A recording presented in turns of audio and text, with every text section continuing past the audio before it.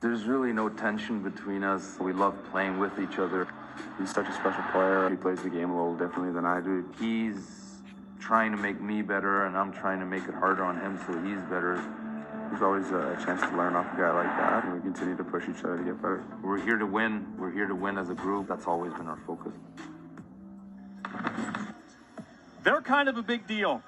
Leon Draisaitl, Connor McDavid. Welcome in John Butchergrass, gold medalist and national champion at Harvard, AJ Malesko, Ryan Callahan down between the benches, offering a great perspective where he used to muck it up. All right, McDavid, Draisaitl, the most exciting show on earth. It really is. What a 1-2 punch for head coach Dave Tippett and for other teams to try to face these two guys. You just heard them talk about how different they are. You've got Connor McDavid, arguably the greatest player on the planet, explosive, incredible the way that he can generate speed all over the ice. Then you've got Leon Draisaitl, who's a power forward. His head coach said he can go from being a center to a scoring wing seamlessly. But really where the two of them shine is on the power play, operating at just over 44%, which is insane right now.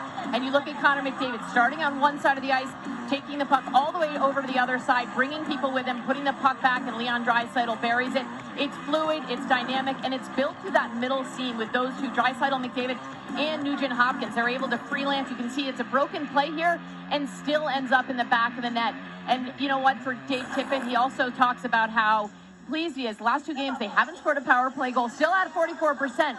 But 5 even-strength goals against Boston. He's thrilled that his team can win in a lot of different ways. Can't always rely on it. Draisaitl leads the league in goals. McDavid leads the league in assists. Ryan Callahan. How does a young, inexperienced Sabre team possibly stop them?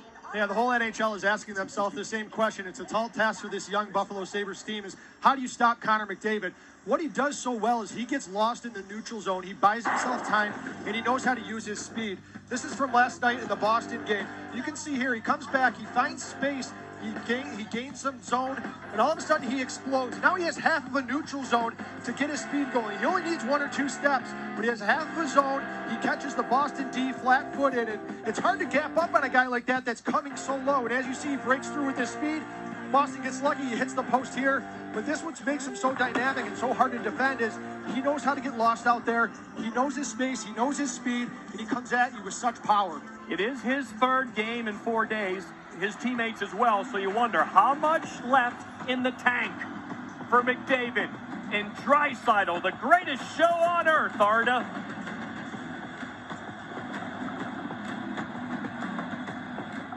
ESPN Plus Hockey Night, presented by New Amsterdam Vodka. Thank you very much, Bucci. Here's tonight's schedule, circling around that 7 Eastern start as well. The Capitals and the Blue Jackets. Why? Because of all the conversation about Alex Ovechkin tying Brett Hull will possibly surpass him on the all-time goal scorers list. As we take a look at Alexander Ovechkin and exactly how he got to this point, Rick DiPietro. Yeah, Alexander Ovechkin